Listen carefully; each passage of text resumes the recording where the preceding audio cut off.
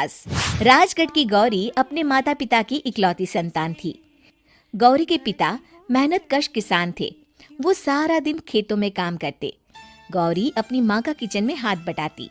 वो जंगल से लकड़ियाँ बीनती और माँ के चूल्हे में मदद करती।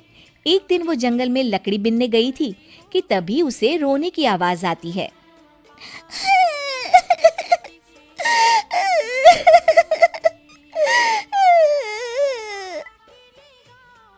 अरे, यहाँ कौन रो रहा है? इस जंगल में भला किसी के रोने की आवाज? जरूर कोई जंगल में फंस गया होगा। वो देखती है तो उसे एक परी दिखाई देती है जिसका एक पंख टूटा होता है। अरे, तुम कौन हो और क्यों रो रही हो?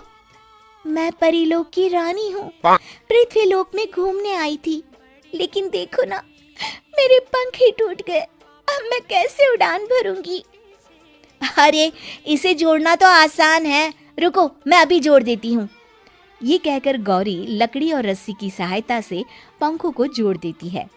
परी अपने जुड़े हुए पंखों को देखकर खुश हो जाती है और गौरी को वरदान देती है कि वो पूर्णिमा की रात किसी भी चीज को हाथ लगाएगी तो वो सोने की हो जाएगी।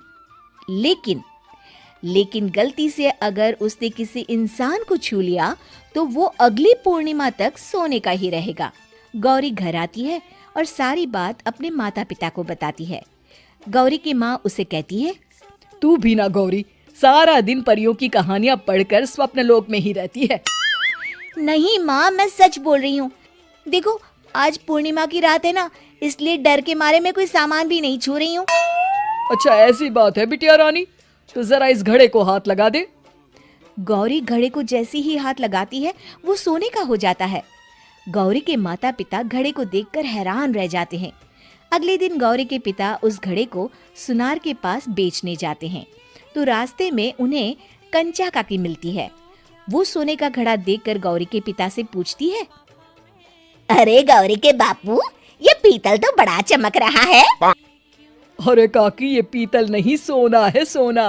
बेचने ले जा रहा हूँ। अरे, कहीं कोई लॉटरी लग गई है क्या? इतना सोना? गौरी के पिता काकी को गौरी को परी द्वारा दिए वरदान के बारे में बताते हैं।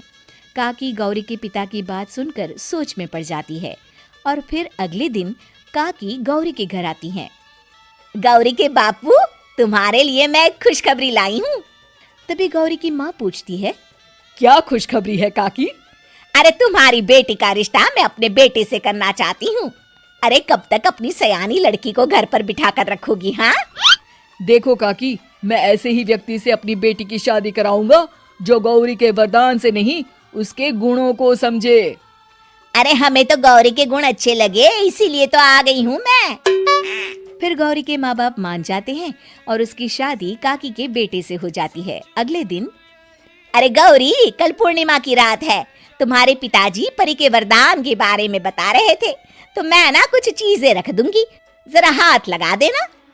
तभी गौरी का पति वहां आ जाता है और अपनी माँ से कहता है, माँ, क्या जरूरत है गौरी के वरदान को इस्तेमाल करने की? वैसे भी मेरी मेहनत से घर तो चल ही रहा है ना। और गौरी के पिता ने भी यही कहा था कि वो ऐसे ही व्यक्ति से उनकी बेटी की शादी करेंगे जो गौरी के वरदान से नहीं, उसके गुणों को समझे। अरे बस कर किताबी बातें। तेरे लिए क्या लड़कियों की कमी थी जो मैं ये किसान की बेटी घर ले आती? और सुन गौरी, कल अगर तूने सारी चीजों को सोने का नहीं किया तो मैं तुझे घर से निकाल दूंगी और अपने बेटे की दूसरी शादी करवा दूंगी, समझी? इतना कहकर गौरी की सास वहां से चली जाती है। अगली पूर्णिमा की रात गौरी की सास गौरी के सामने ढेर सारे बर्तन रख देती है और कहती है, जल्दी कर गौरी, रात खत्म हो जाएगी। जल्दी जल्दी इन सारे बर्तनों को हाथ लगाकर सोने का कर दे। गौरी करती भी तो क्या, वो जैसे ही एक छोटे से बर्तन को छूने वाली होती है कि उसकी सास भड़क जाती है।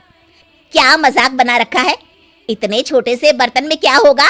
ये ले, ये बड़ा वाला बर्तन। जैसे ही बड़ा सा बर्तन लेकर गौरी की सास उसकी तरफ बढ़ती है, वैसे ही बर्तन के बाहर से वो धड़ाम से गिर जाती है। सास को गिरा देख गौरी उन्हें संभालने दौड़ती है और वो सास को हाथ लगाकर कहती है, अरे सासू माँ, क्या हो गया आपको? कहीं चोट तो नहीं लगी ना? लेकिन जैसे ही वो हाथ सास से हटाती है तो देखती है कि उसकी सास सोने की हो गई है।